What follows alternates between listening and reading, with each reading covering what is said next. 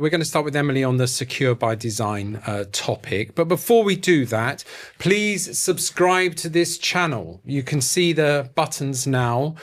Hit follow on Apple's podcasts and rate and review if you like us and you like what you're listening to. So, Emily, you decided to get geeky today and actually get into some tech stuff, and I did as well, because let's face it, there's no real tech movement happening at the moment, is there? It's all about about whether we're going to end the world. Yeah, I think because I'm finding the news cycle now so scary and depressing and just awful, I've retreated into my comfort zone, which is geeking, which is tech policy. Tech policy, yeah. Because like clinging on, like. Okay, so two questions. I mean, secure by design. What the hell does that mean? Well, I think we can all say it's uncontroversial to say that the standards of cybersecurity in the world are not where they should be. I'll give it a C minus. A C minus. I'm okay. Just gonna move this. Okay. When you talk to us both. Okay. Yeah, let's do that. Great. We'll move that. So let's start with the premise that cybersecurity is not really where it should be. We're scoring the world C minus at the moment. And why do you say that? On our league tables, is it going up? Is it going down? So the number Rhetorical of questions. So like think about the plague of ransomware, the cost of cybercrime, but not even just cybercrime, but just data breaches, cock-ups. I mean, we're going to be talking about the banks. There's no suggestion that that's actually countries or bad actors, state-sponsored actors. It's just cock-ups. Make security is always like an afterthought, and you know this, Luce, from years of being a software consultant, that actually what the clients want is lots of features, fast, cheap, and then they get cross when it falls over, or if it falls over. What do you think about that point, Kieran? That you go to a client like a school in the past, or we have, or a local government even, and security is the hardest thing to sell to them, that they just don't want to pay for it.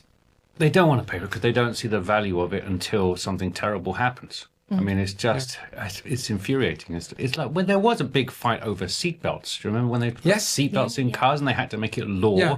And people were like, this is ridiculous. You're hindering my movement. And like, but we're saving your life. If you like rural communities, when there was sort of like bans on drink driving because it kills people, rural communities, like, you're killing our social life. Yeah. We want to go to the pub. But is it this thing about physical? Is it about physical? I remember the roller coaster ride accident where they injured deliberately life-changing injuries to people on a roller coaster ride, and I think it was Alton Towers. Was it not deliberate? Of course it wasn't deliberate. I was going to say, I'm not sure it was deliberate. No, but they immediately issued right. They immediately said, we're going to make these people very rich, and that you can have these sort of where people suffer as a consequence of physical things, air crashes, these sorts of things. But when it's on the internet, what is it about it that makes it sort of... We're still struggling with this split between the online world and the offline world. I mean, we're becoming more online. Yeah. We're still not quite figuring it out. The younger generation views it much more. Our generation is still splitting them up a lot, I think. Yeah, and younger people are viewing it as life. And I think, so for some time, I think cybersecurity professionals have realised that actually there's all of the incentives don't work for security. Security is becoming this market failure. So to try to address this, the US cybersecurity agency, CISA, under the previous administration, launched a Secure by Design pledge. And by the end of last year, 250 odd companies had signed up to it saying, yeah, we are right behind this.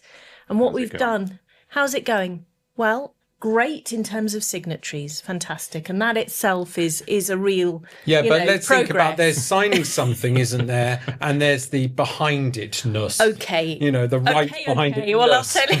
All right, how it's going. Early days.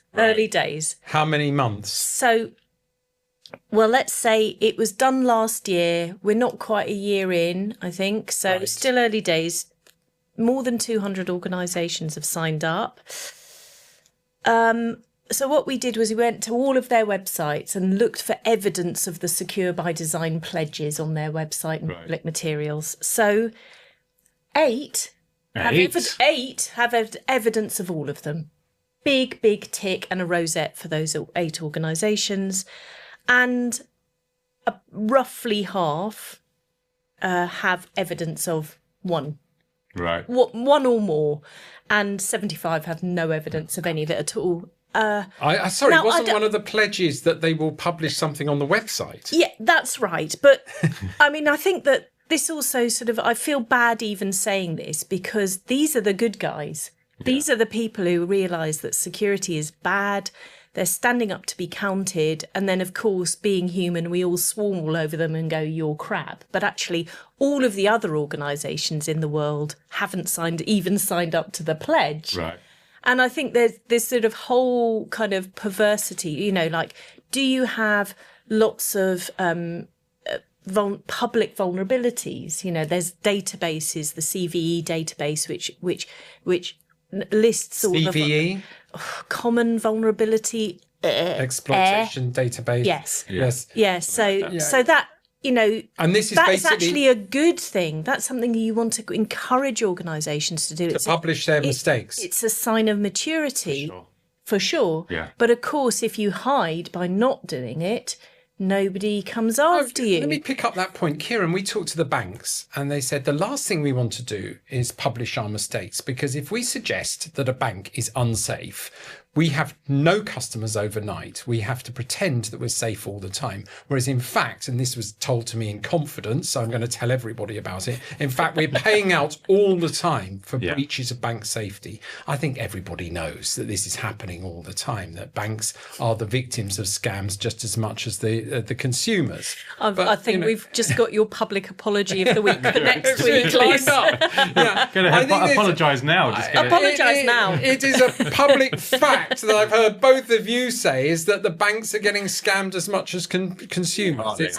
But you can't, how can you go around with a banner saying we've had 30,000 scams this week, now we've had 40,000? I think the truth, if it was logical, if people were logical, then they would admit to this stuff because everybody knows that everybody's under it. But it's about personality, it's about human decisions. The humans don't like to admit fault. Yes. Particularly if they're getting paid a lot of money or if they're in charge and important. And so they justify the organisation not saying these things. But logically and on security level, they should be saying this is what's happened because it has happened. And then other people can learn from it. Emily? Well, one of the great things about this project, which has been so interesting, was we got to talk to just a handful of people.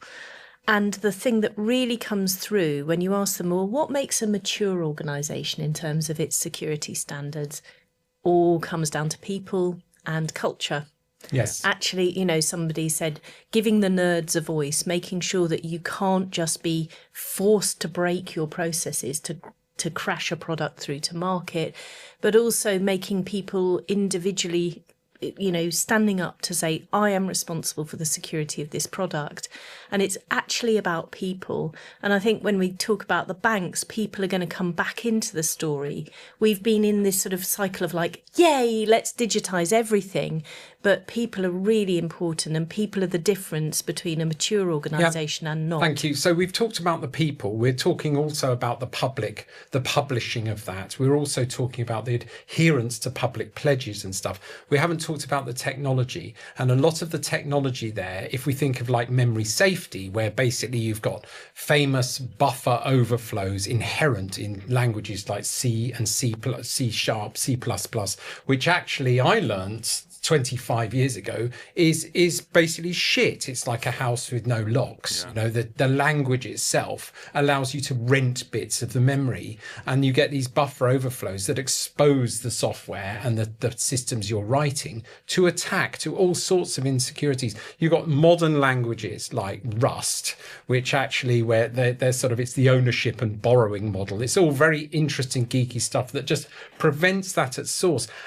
Really, a lot of this goes away if it's designed better, wouldn't you suggest? Yeah, absolutely. But how are you going to rip out all of this old kit and these old chips written in all this old rubbish? It's funny you say the buffer over. I used to write security stories, and it was always an easy go-to. Just like, Just like, right, what terrible hole is it? And every time you buffer over.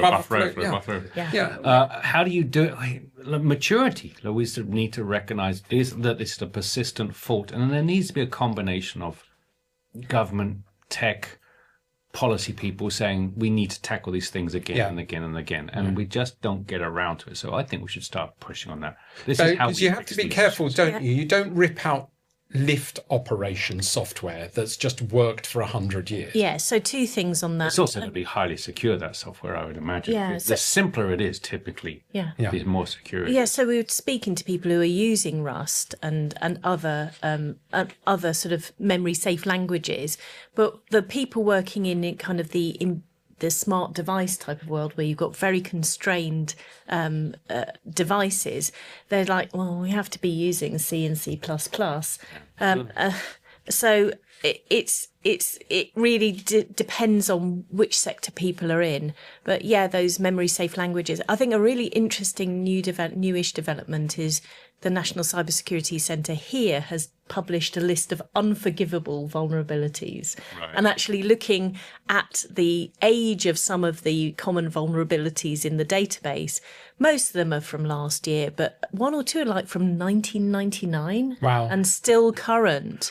So it's like, so as you say, I think there's one estimate that buffer overflow, memory safety issues account for 70% of exploits. So, And, and it enables a hacker to employ a bit of your computer without you knowing it. It's virtually untraceable because it sits in its own memory bubble in your machine, and that very dangerous stuff. So anyway, fascinating work, and it's nice to have a geek. And while we're on the geek thing, our team in Oxford has been making a switch.